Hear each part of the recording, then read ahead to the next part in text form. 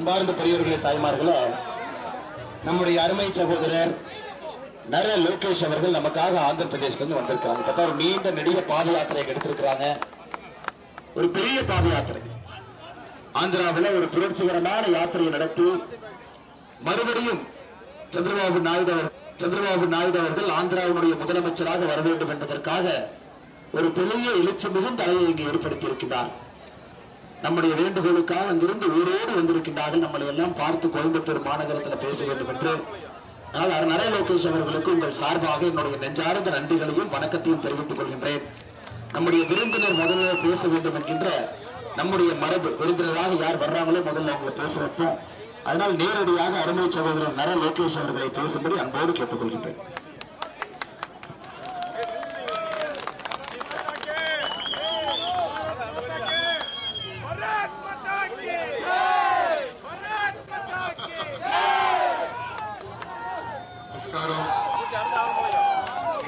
எல்லாருக்கும் வணக்கம். எல்லாரும் సౌఖ్యమా? ఈ రోజు తమ్ముడిని ఇంత ఘన స్వాగతం పలికిన తెలుగు వాళ్ళందరికీ పేరు పేరున నా హృదయపూర్వక నమస్కారాలు. నేను గతంలో కోయంబత్తూరుకు వచ్చా. ఆనాడు పంచాయతీరాజ్ గ్రామీణ ఐటీ శాఖ మంత్రిగా ఉన్నప్పుడు వచ్చా. ఇక్కడ ఉన్న తెలుగు వాళ్ళని కలిసా, పారిశ్రామికవేత్తల్ని కలసడం కూడా జరిగింది. కానీ మొదటిసారి తమిళనాడులో ప్రచారం చేసేదానికి వచ్చాను. దానికి మీ అందరికీ నా హృదయపూర్వక నమస్కారాలు నేను తెలుపుకుంటున్నాను.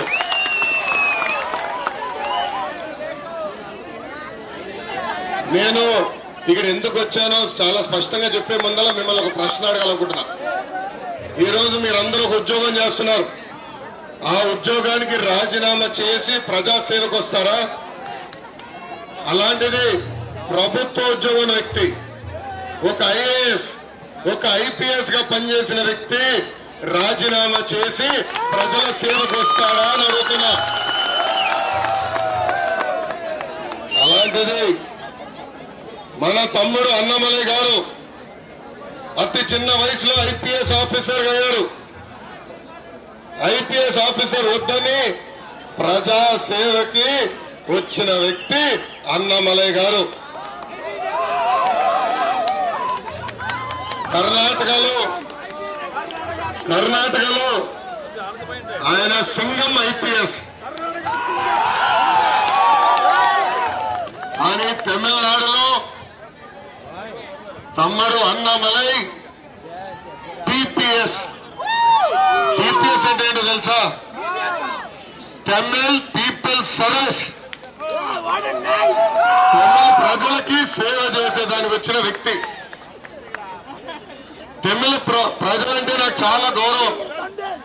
మీకున్న పట్టుదల, సంస్కృతిని కాపాడుకునేదానికి ఉన్న పట్టుదలకి నాకు చాలా గౌరవం. మీరు మీ భాష సంస్కృతి కాపాడేదానికి ఆర్నిసలు మీరు పోరాడతారు. దానికి సభాముఖంగా చెప్తున్నా, తమిళ ప్రజలకి నా హ్యాట్స్ ఆఫ్. అన్న బాగా కష్టపడడానికి వచ్చారు. అన్నమలై గారు నాకు ఒక మిత్రుడు, శ్రేయోభిలాషు. ఆనాడు బాబు గారు అరెస్ట్ అయినప్పుడు అన్నమలై గారు స్వయంగా నాకు ఫోన్ చేసి చాలా బాధ కూడా వ్యక్తం చేస్తాం జరిగింది. ఒక ఉత్సాహవంతుడు, ఒక యువకుడు, మంచి పని చేసేదానికి వచ్చిన వ్యక్తి అన్నమలై గారు. ఈ మధ్యలో నేను కొన్ని ఆర్టికల్స్ చూసా. అన్న స్పీడ్ కనుక కాంట్రవర్సీ అని పేరు పెట్టారు. అన్నమలై కాంట్రవర్సీ లీడర్ కాదు, క్యాలిబర్ ఉన్న నాయకుడు అని సభాముగా మీకు దొరుకుతున్నాం. ఆయన తమిళనాడు దిశ నిర్దేశం మార్చడానికి వచ్చిన వ్యక్తి. 6 దిశలు ప్రజల కోసం కష్టపడుతున్న వ్యక్తి. ప్రజలకి మెరుగైన సేవలు అందించాలని వచ్చిన వ్యక్తి. మనందరం చూశాం. ఎన్ మక్కలని ఏకంగా పాదయాత్ర చేశారు. ఆ పాదయాత్రలో యువకులు ఎదుర్కొంటున్న సమస్యలు, నిరుపేద కుటుంబాలు ఎదుర్కొంటున్న సమస్యలు, రైతులు ఎదుర్కొంటున్న సమస్యలు తెలుసుకున్న వ్యక్తి.